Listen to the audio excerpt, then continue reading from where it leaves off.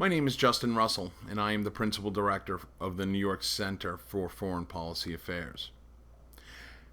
As we awaken this morning, it begins a day of sorrow, a day of fear, a day of pain, but also it begins a new day. We have all seen the dramatic and horrifying images coming out of Beirut after more than 2,000 tons of ammonium nitrate detonated in the port. As of this morning, the fire and follow-on explosion killed over 137 people, injured over 2,000, with many still unaccounted for. The unbelievable toll that yesterday's explosion will have on Beirut, Lebanon, and the entire region is still unknown.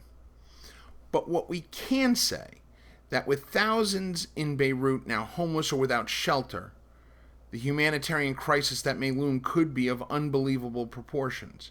For that reason, we call on all international humanitarian and charity organizations to support the ongoing relief efforts currently underway. At this difficult time, the recent political and armed conflicts that have been escalating in Lebanon will only serve to make matters worse.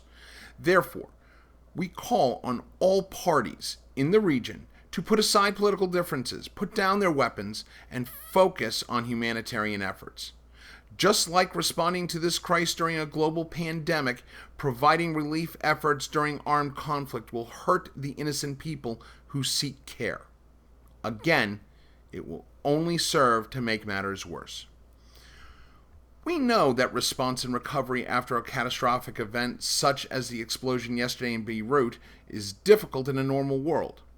Response and recovery after a catastrophic event such as this, combined with a global pandemic, is an immensely challenging endeavor.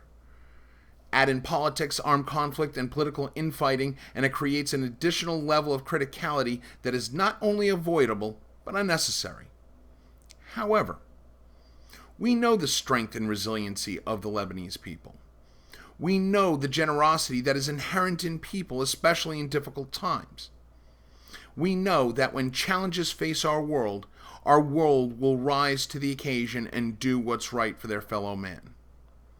Our thoughts and prayers are with those who have suffered grave loss in this tragedy.